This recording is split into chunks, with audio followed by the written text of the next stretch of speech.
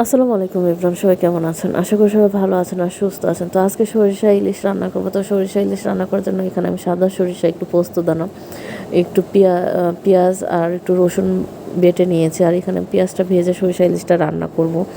তো মাছ রান্না করতে করতে আজকে একটা আপনাদের সাথে শেয়ার করি। গতকালকে রাতে আপনাদের ভাইয়া কিছু মাছ নিয়ে এসেছে, পাঁচমিশালি মাছ। তো তার সাথে কিছু অন্যান্য মাছ আমার ফ্রিজে ছিল। আমার বুয়া 3 দিন ধরে আসে না দেখে আমি মাছ কাটতে পারতেছি না, কারণ আমি সব কাজ মোটামুটি পারলেও মাছ কাটাটা আমার একদমই অপছন্দ, আর এটা আমি পারিও না।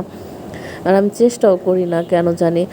আসলে বলে না যে চেষ্টা করলে মানুষ সব পারে, কিন্তু আমার যেহেতু সুবিধা আছে, তো এর জন্য আমি চেষ্টাও করি না।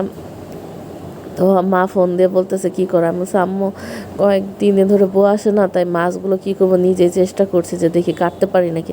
তো আমার মা আমাকে বকাতে বলতেছে তোর মাছ কাটা লাগবে না, তুই তো জানিসই, আমি তো জানি তুই মাছ কাটতে পারিস না, তোর হাত কেটে যাবে। তুই মাছগুলো সব ফ্রিজে রেখে দে, তোর আব্বু গেলে পাঠিয়ে দিস। তো আমার আব্বু প্রতিদিন আমার বাচ্চাকে স্কুল থেকে নিয়ে আসে।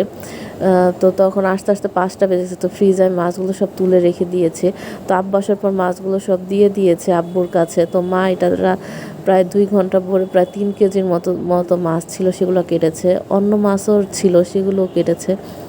আসলে মা বাবারা এরকমই হয়, মেয়ে বা সন্তানের কষ্ট কোনো কিছুই তাদের ভালো লাগে না। মেয়েদের বা সন্তানের যারই হোক, সন্তানদের কষ্ট দেখলে তাদের খারাপ লাগে। আমার মার বাসা খুবই কাছে। তো আমার বাবা সবসময় আমার ছেলেকে স্কুল থেকে সুযোগ পেলে নিয়ে আসে যখন তার কাজ থাকে না। আর মা তো মাই, মানে আমার মা এত অসুস্থ তবুও মাছগুলো কেটে দিয়েছে জানি মেয়ের কষ্ট না হয়। আসলে পৃথিবীর সব বাবা মাই মনে হয় এরকম। আল্লাহর কাছে সবসময় দোয়া করি আমার বাবা মাকে আল্লাহ নেক হায়াত দান করুক এবং তারা দীর্ঘায়ু হোক।